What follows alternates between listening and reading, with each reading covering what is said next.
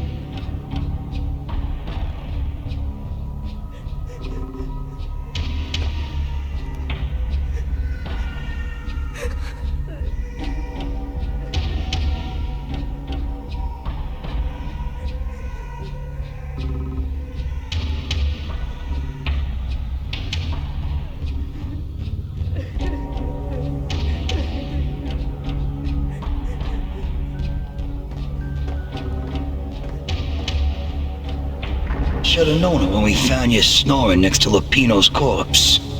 A comedian, huh? The pictures were filled with good old times. Alex and I had a few moments of glory between us. Crime-fighting comrades, the best in NYPD DEA collaborative team. Good-hearted macho bullshit like that. I would have given anything to have him here as my backup. No such luck. No luck at all. Michelle looked at me from the photo. The Payne family. Happiness captured in a Polaroid moment.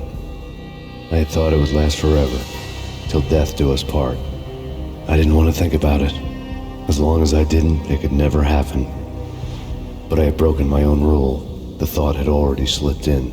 Fear was rusty needles poking at my brain. Cold and scaly, it slithered down my chest.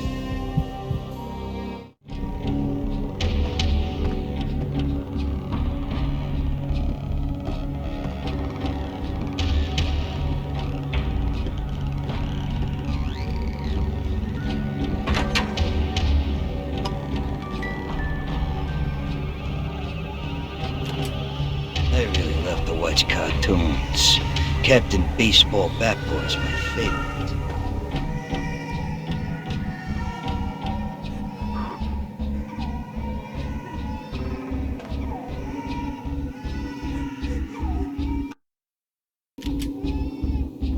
I really love to watch cartoons.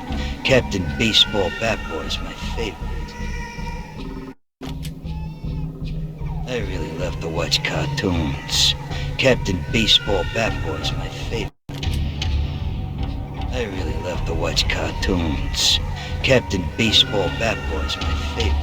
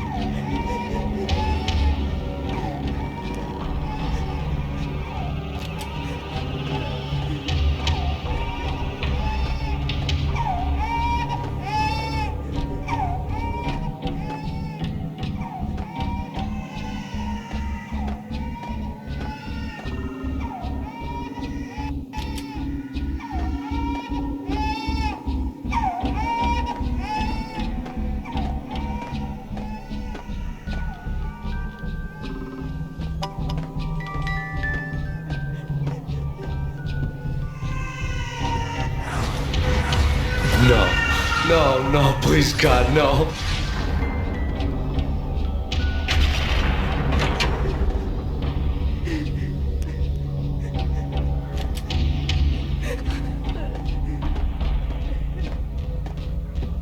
Slice them, dice them, shoot them full of holes, blow them to bits, vaporize them, disintegrate them. No matter what you do, they'll still be back, good as new. Michelle's diary lay on the table. Michelle was working part-time in the district attorney's office. Her diary was open on today's entry, her handwriting all pretty curves. An army dossier found its way to my desk yesterday. Valhalla? Isn't that a Norse myth? Something about Vikings? I tried to tell Max about it, but he was busy, that cute frown on his brow. Guess it's nothing, just a mix-up at the courier service. From now on, I would always find time for her. It was a hollow promise. Too little, too late.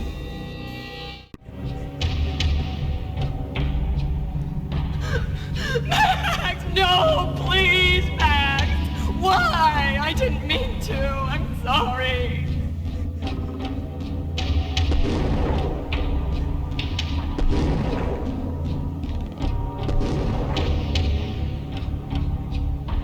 Murderer! You killed her!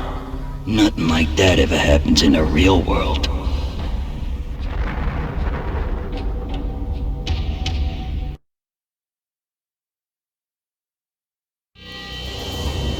I woke up in a bad dream. My head felt 2 sizes too small for my brain. Max Payne. I envy your name. And the killer was smiling. Pleased to meet you. I'm Frankie the Bat Niagara. Niagara, as in you cry a lot? He had a baseball bat and I was tied to a chair. Pissing him off was the smart thing to do.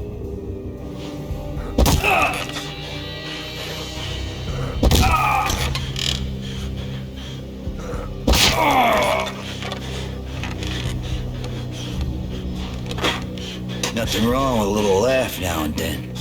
Take me, for example. I love to watch cartoons. Cartoon violence is a fascinating thing. Let's take a break. I need to take a leak and maybe grab a cold one at the bar. Don't worry. I'll be back to finish this off. And then, it's checkout time. You play, you pay, you bastard. He swaggered out, and the door clanged shut behind him, locks clicking into place. Everyone makes mistakes. Mine hadn't been to crack jokes about the goon with the bat. He'd have cracked my skull regardless. It hadn't even been to trust a girl with a gun. I had blindly gone after the first bad guy on my hit list when I should have been aiming further up the ladder, at the head of the Punchinello family. I couldn't bring myself to be pissed at Mona. Guess I had a soft spot for a pretty face.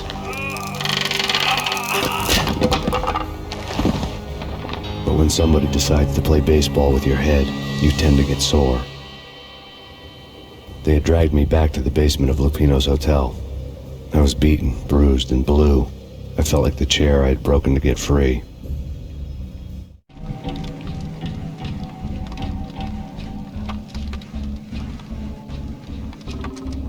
All I had was Niagara's bat, sticky with my own blood.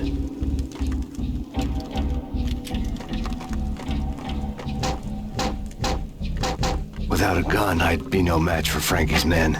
I'd have to play hide and seek with them.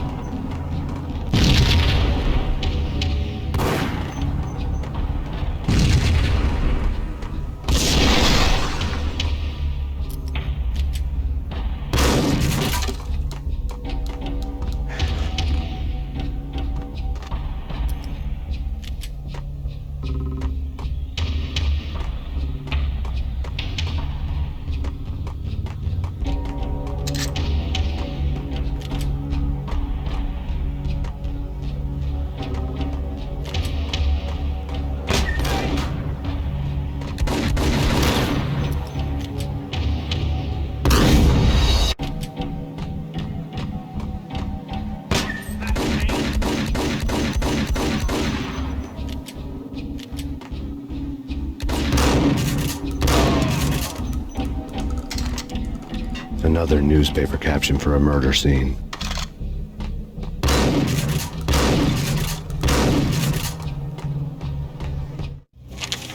Frankie had left his calling card, a Captain Baseball bat boy strip, next to a sewer passage filled with bodies. You'd better not mess with Captain Baseball Bat Boy. Even my archenemy, Bicycle Helmet Girl, swoons at the sight of me. Aha! There were enough corpses to put a mass murderer to shame.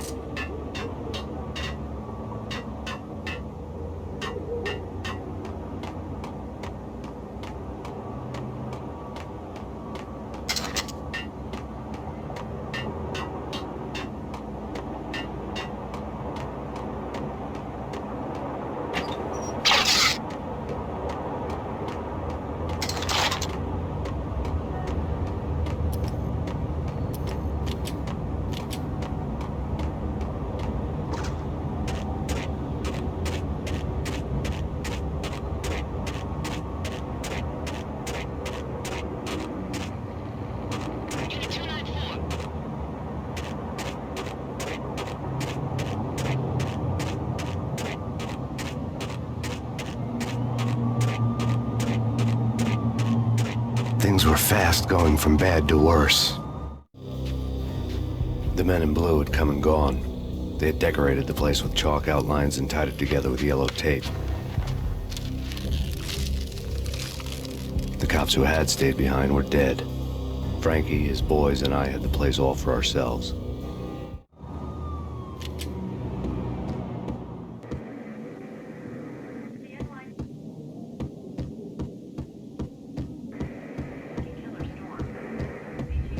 Just forget about it.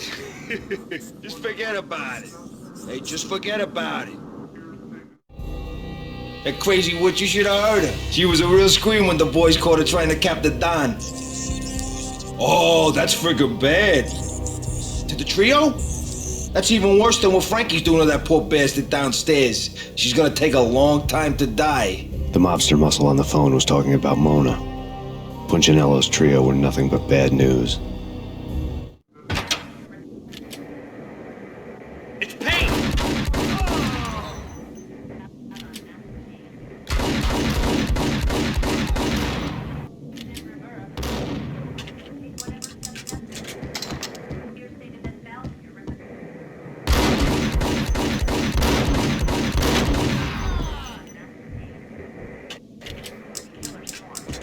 More evidence that Punchinello didn't like me much. The fact remains that all the victims so far identified in the Ragnarok shooting have been known criminals, many of whom had large doses of V in their blood. Reliable sources say that Max Payne was also among those killed, although no body has been recovered at this time. Reliable sources. That meant somebody thought the Mafia had me, didn't want the cops snooping around anymore. The body would be delivered to them barely recognizable. Case closed. Don Punchinello had the power to be that reliable source, which was no news. But his news was old news. Framing me hadn't been enough. Don Punchinello had put a hit on me. He wanted me dead, and it had been important enough for him to give written instructions to Frankie about it. Max Payne should die like a dog for the trouble he's caused. Frankie, I know I can trust you to give this matter the dedication it needs.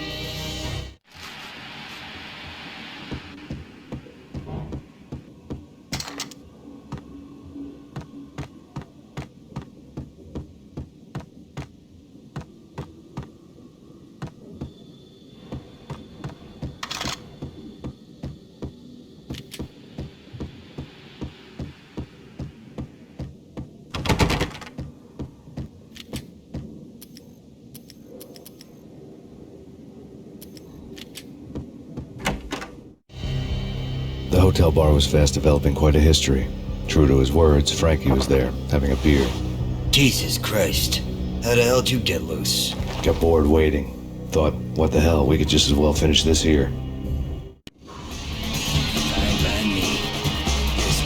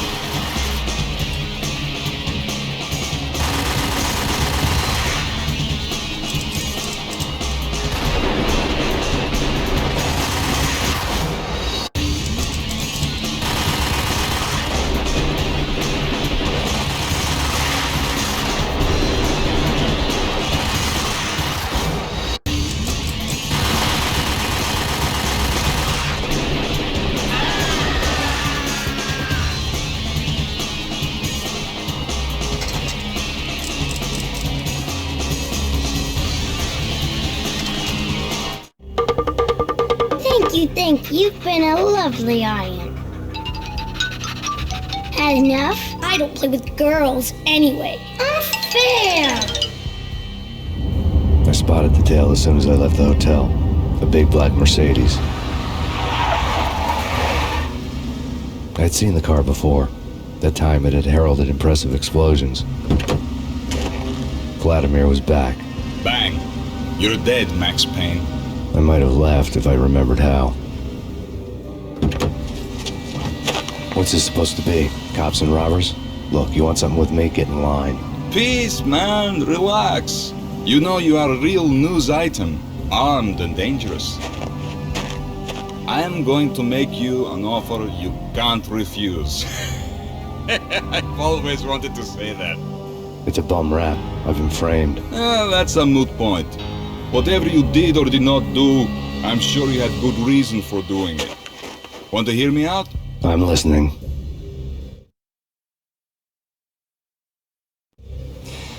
Punchinello messing with V is bad for business all around. But that's not all. There is this guy, Boris Dime, used to pull jobs for me. He's the captain of the cargo ship Charon. Now the bastard turncoat has gone over to the other side, Punchinello's. The ship's loaded with high-res hardware, guns, my business. If Punchinello gets hold of that cargo, he's won and I have lost. And you'll have your work cut out for you. If you want to get to Punchinello, you'll need heavy-duty persuaders. I am just the man to get them for you. Change the ship back under my flag, maybe pop 2 in the traitor Dime's head while you're at it. You'll get enough guns to start the apocalypse. You in or out? Let's get this show on the road. Vladimir was one of those old-time bad guys with honor and morals, which made him almost one of the good guys. None of us was a saint. The Brooklyn riverfront was a maze of rusty containers, sharp-boned cranes looming up from the snowstorm. On a night like this, you couldn't help but think of the dark army of dead men sleeping with the fishes, cement shoes in line. No Minotaur lurked in this labyrinth, but somewhere out there, on the clanking deck of his cargo freighter, the skipper of the Chiron was waiting, like the ferryman of the River Styx.